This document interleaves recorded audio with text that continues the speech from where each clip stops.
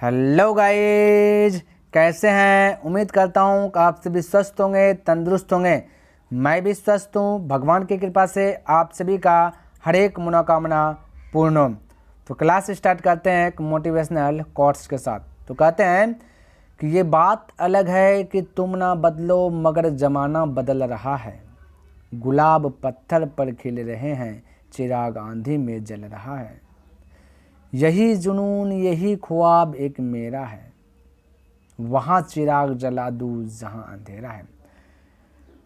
तो मेरे भाई, आज मैं जो है कि क्वेश्चन बैंक है ना, क्वेश्चन बैंक का एक न्यू सीरीज स्टार्ट करने जा रहा हूँ। मैं चाहता हूँ कि आप लोग इस सीरीज में जो है कि सपोर्ट करें, थोड़ा सा साझेदारी बने ताकि ये सीरीज चलते रहें।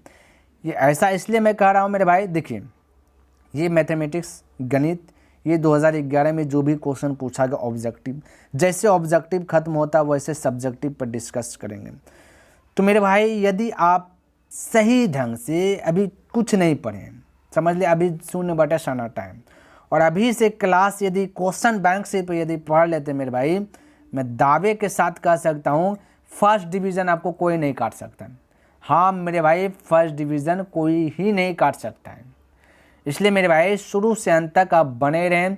जो भी कन्फ्यूज, जो भी दिक्कत आए, बेहिचक आप जो है कि कमेंट कीजिए, मैं उसका समाधान कर दूंगा। बस 24 घंटा के अंदर मैं उसका समाधान कर दूंगा, ठीक। क्योंकि अब हो सकता है अब कमेंट कर दिए हम कहीं और हैं, तो इसलिए मैंने बोला ऐसा, ठीक है। चलिए, तो देखिए ये फर्स्ट सीटिंग है मेरे भाई, 2011 का फर्स्ट सीटिंग, प्रथम पाली है ना। और ये क्वेश्चन 2012 में भी फर्स्ट सीटिंग पूछा गया। चलिए मेरे भाई, देखिए पहला प्रश्न क्या देगा। कहते निम्न में से कौन परिमेय संख्या है। हमने तो ये चैप्टर खत्म भी कर दिया, बहुत आगे बढ़ दिया। तो परिमेय संख्या उसे कहेंगे जिसे P/Q के रूप में लिख सकते हैं। तो मेरे भाई √3, रूट वाला जो रूट में है तो वो तो परिमेय होगा ही नहीं। तो ये रूट है तो ये नहीं होगा। हाँ, रूट से बाहर निकल जाएगा तो होगा। ये देखिए √2 और √2 कट रहा है, तो जो कटे तो कटा लें, बचेगा 2। अब इसके नीचे कुछ नहीं तो एक हम लिख सकते हैं। अब जिसे P/Q के रूप में लिखें वो क्या हो गया, परिमेय संख्या। तो right answer option number B correct हो जाएगा। नहीं, ये P हो जाएगा, ये Q हो जाएगा, तो P/Q के रूप में लिखे तो हो गया परिमेय संख्या, है ना। बस शर्त ये कि नीचे में 0 नहीं होना चाहिए। ये सब भी है, ये सब हमने बता दिया, ठीक। चलिए ये वाला प्रश्न का आंसर बताइए। कहता किसी धनात्मक पूर्णांक a तथा b के लिए a, b का मौसो जो है कि a × b फिर इंटू a, b का लोसो निम्न में से किसके बराबर है। मेरे भाई देखिए, पहला चैप्टर का, पहला चैप्टर में करीब करीब जो है ना 150 का आसपास ऑब्जेक्टिव हमने बता दिया है। 150 के आसपास ऑब्जेक्टिव बताएं उस सीरीज, ठीक। उस वीडियोस ढूंढिएगा तो मिल जाएगा। ये क्वेश्चन बैंक है तो जो इसमें वही बताएंगे, ठीक है। तो देखिए मासा और लसत गुना बोला, तो मासा और a और b का मासा और लौसा का गुणनफल तो a × b है ना होगा। मासा गुना लौसो की जगह, मासा गुना लौसो की जगह तो a × b ab हो जाएगा, ठीक है। तो a × ba तो हो गया। अब देखिए कैसे समझिए, थोड़ा सा इसको समझिए। फंडा समझना, concept is power, concept clear है। ए का स्थान पर यदि हम 2 दे देते हैं, बी का स्थान पर 3 दे देते हैं, तो इसका आंसर क्या होगा। मौसम निकालते तो 1 आ जाता है ना, और लौसम निकालते तो 6 आ जाता। 1 × 6 करते तो 6 भी आ जाता, और 2 × 3 भी करते 6 भी आ जाता है। इसलिए हमने बोला a × b कर दीजिए, बात बरोबर है ना। तो a × b तो a × b आ गया, ठीक है। चलिए तो इस प्रकार से आप जाएंगे फटाक से कर सकते, ठीक है। कहता घात 1 वाला बहुपद कहलाता है। ये वाला भी चैप्टर खत्म किया, 100+ ऑब्जेक्टिव इस चैप्टर का हमने खत्म किया। आप देखना चाहते हैं तो डिस्क्रिप्शन में बॉक्स में मैं उनका लिंक दे दूंगा, आप वहाँ से देख लीजिए, या फिर ये इतना सा आपके लिए काफ़ी है, ठीक है।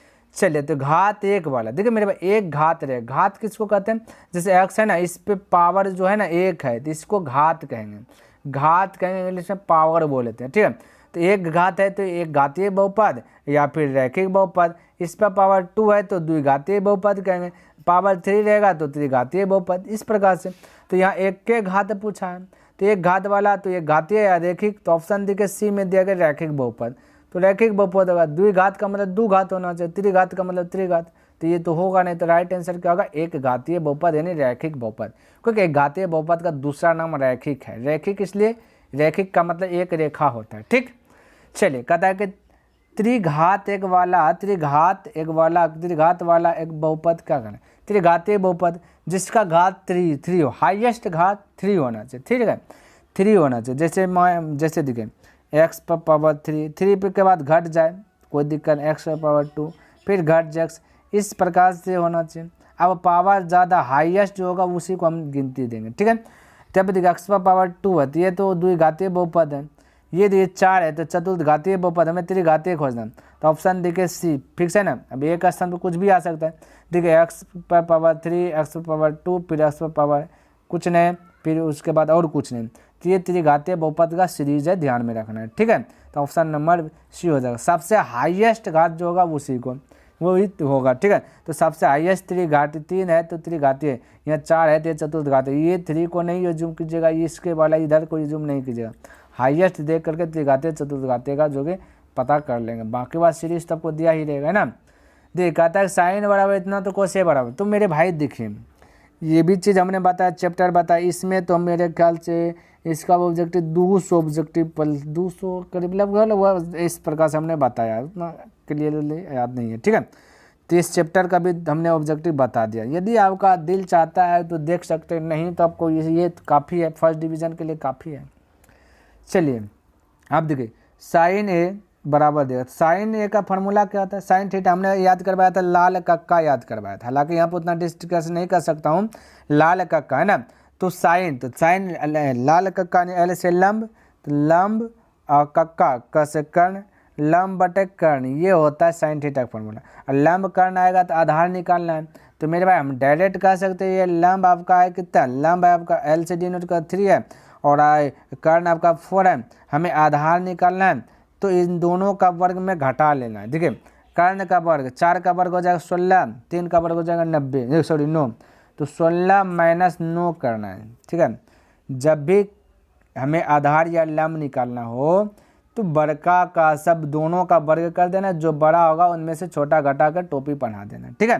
तो 16 में 9 गया, 7 का बाहर नहीं निकलेगा, आधार आ जाएगा √7, ठीक है। ध्यान में रखना, ऑब्जेक्टिव तो बनाइए, हमें cos A का फॉर्म निकालना है। तो cos A का फॉर्मूला क्या होता है मेरे भाई, आधार बटा लाल कक्का, आधार बटा होता है कर्ण, तो आधार आपका √7 है, कर्ण की बात करें तो कर्ण आपका यहाँ मेरे भाई 4 है, तो √7 बटा 4, तो ऑप्शन नंबर डी करेक्ट हो जाएगा।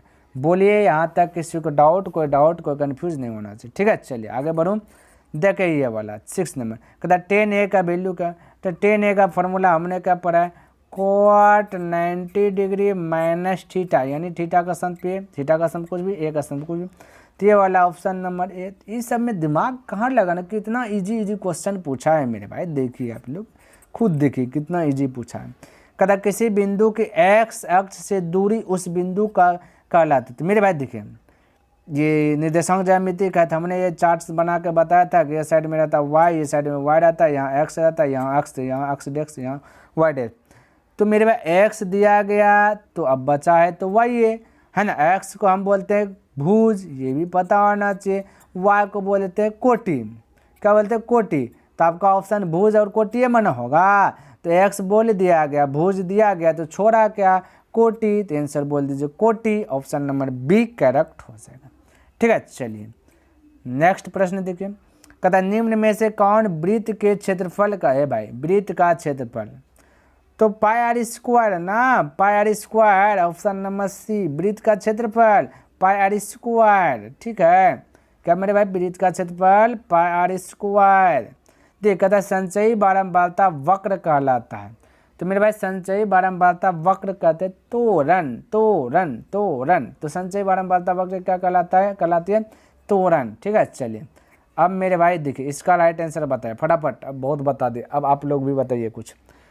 देखिए पहला चैप्टर का कहता है यूक्लिड विभाजन एल्गोरिथ्म का प्रयोग कर क्या ज्ञात करते हैं, बोले लसा मासा या भागफल या शेषफल, फटाफट मेरे भाई देखिए हम जो बता रहे हैं उसको कॉपी पे पहले सोल्व कीजिए, उसके बाद वीडियो चालू करके देखिए कहाँ गलती कर रहे हैं कहाँ सही कर रहे हैं, बाकी बात जो भी गलती सही हो वो लास्ट में कमेंट कर दीजिए मेरे भाई, ताकि हमको एक संतुष्टि मिलता है, हाँ इतना स्टूडेंट जो है कि ईमानदारी से पढ़ाई कर रहे हैं, बेफिजूल का मोबाइल खर्च नहीं, ये बेफिजूल का शॉर्ट वीडियोज़ नहीं देख रहे हैं, पढ़ाई स्ट्रगल कर रहे हैं, वो कब पता चलेगा, जब कमेंट कीजिएगा तभी ना। चलिए, और लाइक तो करना बिल्कुल ना भूलें। तो इसका आंसर, तो यूक्लिड विभाजन एल्गोरिथ्म का प्रयोग कर क्या ज्ञात करें? तो यूक्लिड विभाजन एल्गोरिथ्म का प्रयोग नहीं करते ऐसे वाला भाग भाग भाग भाग ऐसे वाला करते हैं ना, तो मासा ज्ञात करते हैं, जिसको हम HCF बोलते हैं। ठीक है, तो मासा ऑप्शन नंबर देखिए बी करेक्ट हो जाएगा, 10 का ऑप्शन नंबर बी। ठीक है, चलिए अब मेरे भाई यहाँ देखिए, अब विदाउट ऑब्जेक्टिव है, आप क्वेश्चन बैंक निकाले, वहाँ देखिए आपका जो कि एक नंबरा ऐसे पहले पूछे जाता था। ठीक है, अभी न देने लगा सभी में ऑप्शन, पहले 10 को ऑप्शन देता, 10 को विदाउट ऑप्शन देता था, जिसका दिमाग तेज रहता था वो बनाता था, नहीं रहता था तो छोड़ देता था। ठीक है, चलिए देखिए क्वेश्चन क्या कहता है, एक रैखिक समीकरण युग्म जिसका कोई हल नहीं होता है तो क्या कहलाता है? मेरे भाई ये 2 चर वाले रैखिक समीकरण आपको पढ़ाएं, कोई हल नहीं होता है, तो कोई हल कब नहीं होगा? जब असंगत होता है, यानी कि इस प्रकार से डेनार पादे रेल है ना, रेल का पटरी, रेलगाड़ी का जो पटरी है इसी प्रकार ना सीधा रहता है। अब सीधा है, जब मिलवे नहीं करेगा तो आंसर क्या होगा? कुछ होगा, निकलेगा कुछ इसका आंसर? ये पटरी मिलवे नहीं, मिलेगा ही नहीं, तो आंसर ये कुछ नहीं आएगा। तो कोई हल नहीं होता, तो हमने बताया था जहाँ कोई हल नहीं होगा वहाँ पर हम बोलेंगे असंगत है, समांतर है, असंगत को विरोधी भी बोलते हैं। तो देखिए इसका राइट आंसर क्या होगा? असंगत या विरोधी बोलिए, या फिर हालांकि ऑप्शन दिया गया नहीं है, समांतर भी बोल सकते हैं। ठीक है, चलिए नेक्स्ट देखिए यहाँ पे क्या दिया गया है, देखिए यहाँ पे कहता है 10 45 डिग्री का मान क्या है? भाई ये तो पूरा बच्चा वाला क्वेश्चन आ गया। 10 45 डिग्री का मान बताइए। 10 45 डिग्री वैल्यू 1 होता है, ये तो पता है ना, चार्ट आप याद किए हैं, याद भी कराएं, अच्छी प्रकार से ट्रिक भी बतलाया हूँ। चलिए इसका 1 हो जाएगा। यहाँ देखिए वाला, यहाँ देखिए मेरे भाई 13 नंबर पर ये कोसेक स्क्वायर है। ठीक है, ये स्क्वायर है, ध्यान रखना, कोसेक स्क्वायर a-1 का मान ज्ञात कीजिए। तो कोसेक स्क्वायर a-1 बराबर फार्मूला क्या होता है बताइए? फार्मूला भी अक्सर ये स्टूडेंट ये वाला फार्मूला भूल जाते हैं, ये वाला फार्मूला भूल जाता है, 10 स्क्वायर सेक स्क्वायर ये सब में भूले जाता है। ठीक है, तो इसका फार्मूला आता है कॉट स्क्वायर ए होगा। ठीक है मेरे भाई, क्या होगा? कॉट स्क्वायर ए होगा। ठीक है, जब भी कॉस दिखे, मैंने आपको, चलिए यहाँ पे ज़्यादा जिक्र नहीं करूँगा। ठीक है, ये ऑब्जेक्टिव फटाफट दिखे लर्न कीजिए। ठीक है, चलिए ये कहता है कि इतना इतना को हल करके आंसर बताइए क्या होगा। तो मेरे भाई ठीक है, हमने यहाँ बताइए पूरक कौन है? पूरक ये क्यों, कैसे जाने पूरक कौन? मेरे भाई पूरक जब भी होता है दोनों को जोड़ देना है। 26 64 90, जब भी 90 डिग्री के एंगल बनाएगा वह पूरक कौन कहलाएगा? पूरक कहलाएगा। और जब पूरक कहलाएगा और भाग में रहे तो आंसर 1 मार देना है। ज़्यादा दिमाग नहीं लगाना ना, मेरे 1 मारना ही मारना है। बोलेगा सर जी एक बार बता दीजिए कैसे 1 है? कोई दिक्कत नहीं मेरे भाई, बता देता हूँ। अब आपका मर्जी है, ऊपर वाला चेंज कीजिए या नीचे वाला, दोनों में से एक को चेंज कर लीजिए। यदि मैं चाहूँ ऊपर वाला चेंज करने के लिए तो हम इसको इस प्रकार से देखिए, थोड़ा देर के लिए दिखा देता हूँ। 10 90 डिग्री माइनस थीटा का स्थान पे 26 डिग्री। ठीक है, और बटा कोट एक के को चेंज करना है ना, कोट 64 और 10 90 डिग्री माइनस थीटा इक्वल होता है कोट थीटा का स्थान घटा 90 में 26 घटेगा तो 64, अब बटे कोट 64 तो 64 गया, बचा 1। बताइए कोई दिक्कत? अब इतना नहीं करना है, जब भी जोड़ने के बाद 90 डिग्री आए और वह भाग में रहे तो उसका आंसर 1 मार देना है। ठीक, चलिए आगे बढ़ते हैं। जैसे जैसे देखिए मेरे भाई, ये इसलिए लिया हूँ ताकि ये भी ऑब्जेक्टिव ही है ना, तो आप इसको भी लर्न कर लीजिए। अब ये बोल रहा है सूत्र क्या कहलाती है, किसका सूत्र है? तो मेरे भाई ऐसा सूत्र तो हमने बताया, विभाजन सूत्र बताया, विभाजन सूत्र है मेरे भाई, विभाजन सूत्र है m1 x2 plus m2 x1 बटा m1 प्लस m2 m1, फिर y बराबर आता है ना m1 y2 plus m2 y1, तो विभाजन सूत्र है, तो इसमें तो ज़्यादा दिमाग लगाना नहीं है। ये वाला देखिए 16 नंबर, कहता है P में कहता है कि x1, y1 और Q में x2, y2 के बीच की दूरी है। भाई दूरी बराबर सूत्र क्या हमने बताया, फटाक से लिख लीजिए ना दूरी बराबर बताया बड़का में छोटका घटाना है, x2 माइनस x1 अब बाकी स्क्वायर देना है, प्लस वर्गमूल छटका y2 माइनस y1 अब स्क्वायर, ये रूट अंदर, तो यही राइट आंसर हो जाएगा। तो ये सब फार्मूला सब है, तो थोड़ा बहुत तो आपको लर्न होना ही चाहिए, है ना। चलिए 17 नंबर देखिए क्या दिया गया, कहता है दो त्रिभुज में संगत कोण बराबर है तथा संगत भुजाएं एक ही अनुपात में है, तो इन दो त्रिभुजों को क्या कहते हैं मेरे भाई। त्रिभुज छठा चैप्टर का ऑब्जेक्टिव कम से कम 100 से प्लस ही बता दिया हूँ, ठीक है। तो वहाँ यदि वीडियो आप देखे हैं तो पक्का ये वाला मार दीजिएगा। तो जब भी दो त्रिभुजों के संगत कोण बराबर है ना और संगत भुजा एक ही अनुपात में है, तो वो त्रिभुज जो है मेरे भाई समरूप होगा। समरूप क्या मेरे भाई, समरूप। तो समरूप किसको कहते हैं, समरूप का मतलब रूप रंग सब समान, यानी कि ये त्रिभुज का साइज इतना बड़ा है तो एक त्रिभुज का साइज और इतने बड़ा होना चाहिए, ये समरूप है। एक वृत्त इतना बड़ा है तो एक वृत्त और इतना बड़ा, तक उठा करके ले जाए तो बैलेंस में हो जाए, ठीक है। इसको 1 टक्की का सिक्का 1 टक्की के साथ, ये सब समरूप, ठीक। चलिए 18 नंबर देखे, फटाक से इसको भी दबोचते हैं। कहते एक समकोण त्रिभुज में कर्ण का वर्ग शेष दो भुजाओं के वर्गों के योग के बराबर होता है, तो इस प्रमेय को किसने प्रतिपादित किया। सारा 2011 में पूछा, फास्ट सेटिंग पूछा, ध्यान में रखना है। तो जब एक समकोण त्रिभुज में 90 डिग्री का एंगल बनता है, अब देखिए थोड़ा सा समझने के लिए मैं 90 डिग्री का एंगल बना दिया जो उन्होंने कहा है ना। कहता है शेष दो भुजाएं, कहता है कर्ण का वर्ग, कर्ण तो ये ए है और ये सी है, ये बी है, कर्ण ये पट्टी रहता है के सी डिनोट कर, बोला इसका वर्ग शेष दो भुजा, अब बचा यही वाला, ये भी बचा और बी सी बचा, दो भुजाओं के वर्ग। तुम बोलिए ये आपका लंब आधार कोशी को ये जूम कर लीजिए, ऊपर वाला लंब जूम कर तो इसका भी वर्ग, आधार इसका भी वर्ग कर दिया, आधार को ऐसे जूम वर्ग, योग बराबर होता है, तो इसका क्या कहते थे मेरे भाई, कर्ण स्क्वायर बराबर योग मतलब प्लस, कर्ण स्क्वायर बराबर लंब स्क्वायर प्लस आधार स्क्वायर। ये नहीं पढ़े हैं, पाइथागोरस परिमेय यूज करते हैं, बताइए करते हैं कि नहीं।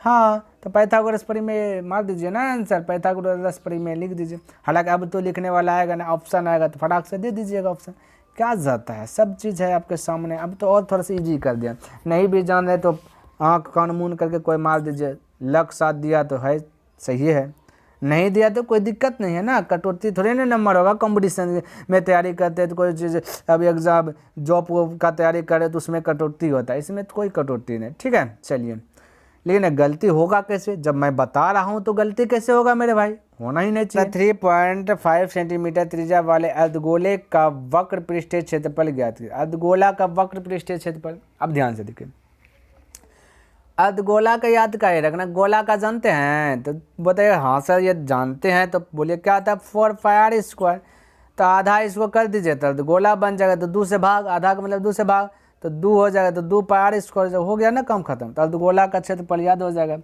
तो 2 पाई का वैल्यू बोलिए 22/7 है ना, आर स्क्वायर 2πr स्क्वायर, आर का वैल्यू है 3.5 गुना 3.5, आर स्क्वायर देते फटाक। अब लिखते मत रहिएगा फार्मूला सब, ठीक है ना। चलिए अब इसको हल कीजिए, चलिए दशमलव डिलीट कीजिएगा 10 हो जाएगा, ठीक है। 7 से कटाए 7 से 7 5 35 हो जाएगा, है ना। 7 से कटाए 7 5 35, 5 से कटाए 5 दूना 10, 2 से कटाए 2 खल्लास हो जाएगा। अब तो कुछ कट रहा नहीं है, तो 22 गुना 5 कर 22 पंचे 10 से 110 करीब 0 हाथ में चले 11, 22 तिया 66 और 11 हो जाएगा 77, एक अंक के बाद दशमलव, तो डायरेक्ट हो जाएगा 77 राइट आंसर, ठीक है।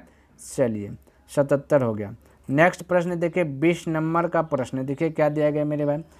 कहता है कि किसी प्रयोग की सभी प्रारंभिक घटनाओं की प्रायिकताओं का योग कितना होता है।